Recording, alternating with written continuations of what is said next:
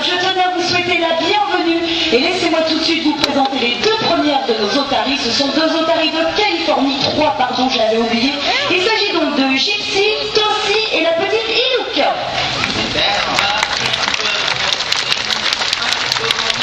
À travers ce spectacle, nous aimerions vous faire partager notre métier, mais surtout la très forte relation que nous entretenons avec nos otaries. Et bien sûr, en début de spectacle, on va commencer par saluer nos animaux, ou plutôt les animaux, vont saluer leurs soigneurs. Toi aussi, un gros bisou à Alexandre pour bien commencer, petit bisou. Parfait.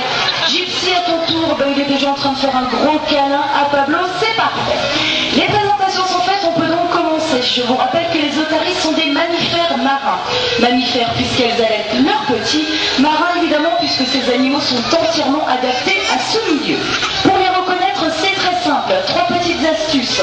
Regardez bien sur la tête de Gypsy et Tosi et vous pourrez constater que les otaries ont des petites oreilles.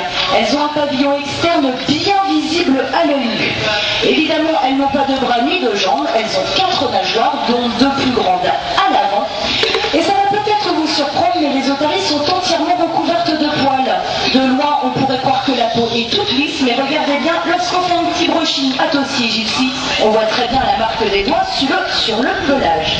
Et il ne faut pas oublier non plus que les mâles sont toujours beaucoup plus gros que les femelles. Voilà donc pour les caractéristiques de ces animaux. Et revenons maintenant à notre structure. Vous allez constater qu'elle a été parfaitement bien faite pour le bien-être physique et mental de nos otaries. Puisque dans le milieu naturel, on les voit très souvent sur les rochers, prendre des bains de soleil, se reposer. Et avant de gagner la mer, elles n'ont pas d'autre choix que de faire de jolis plongeons. Regardez bien, Tosi et Alexandre vont partir dans ces rochers à ma droite. Je pense que vous l'avez deviné, ils servent de plongeoir à nos otaries. Alors, dès que vous êtes prêts, vous nous faites un superbe plongeon en duo.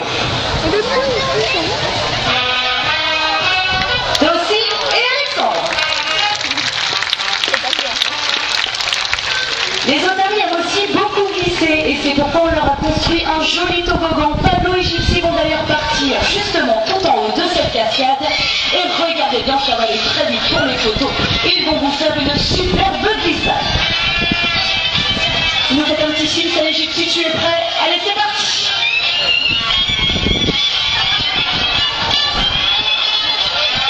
Gypsy, suivi de Pablo. Après chaque exercice bien réalisé par l'otari, son soigneur va lui faire un câlin pour celles qui aiment les caresses et ensuite leur donner de la nourriture. Alors une question très facile, une otari, ça mange quoi? Donc effectivement, sur la tête des otaries, vous les verrez toujours puisqu'elles sont bien visibles, alors que chez le phoque, en fait, toute l'oreille est interne et on distingue seulement un petit trou de chaque côté de la tête. Ensuite, il faut savoir que phoque et otarie ne se déplacent pas du tout de la même façon, que ce soit sur le sol ou encore dans l'eau.